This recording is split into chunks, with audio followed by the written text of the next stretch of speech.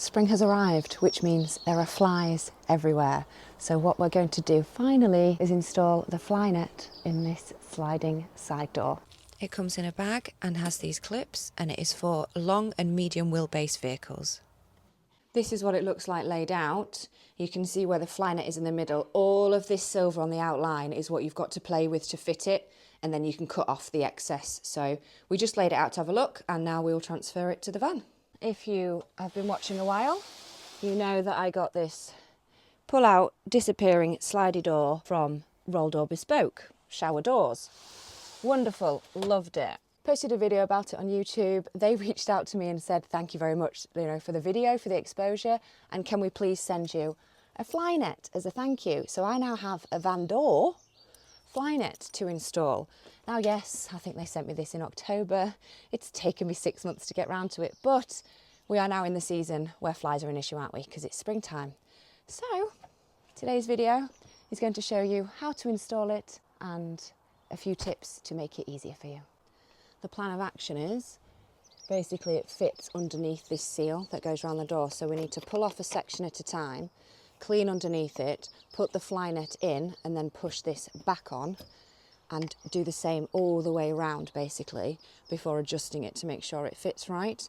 Now, just watched a very brief video on YouTube. We're going to start with this side of the van because this is not flat, it's bumpy, and the chap moved his zip too far to this side, then had to readjust because he had loads of space this side. So what we're going to do is work from the back to the front basically to hopefully avoid that problem.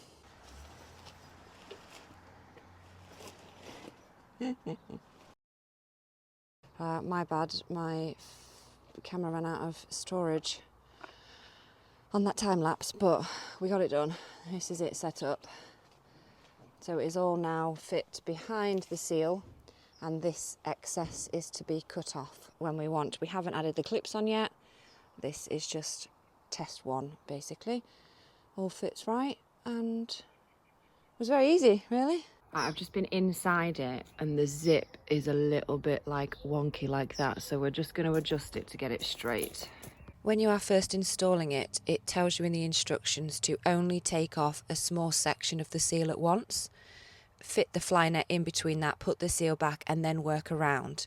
So what you can see here is us going from one side all the way around to the other just to move it diagonally a bit to get rid of that wonky zip, and we managed that just fine. So we've only put one of the metal clips on the left hand side. We tried on the top. Yeah, we tried on the top, but because I've got carpet on the other side of the metal strut here, it didn't work.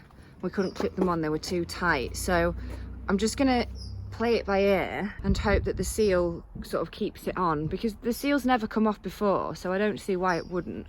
We've put one metal clip on the left and I've got them just in case it goes wrong, but at the moment I think we're going to risk it, and I'm just going to cut off the excess now with a Stanley knife. So you cut it sort of back to the seal, and then we can play with the configuration of waterproof layer, FlyNet layer, etc. So after we made the first cuts at the bottom, we did realise that we needed a couple of clips there to keep it in place, but the rest was no problem. Just used a Stanley knife. Just be careful of the paintwork obviously, and don't make any slits in the seal, and you should be all good.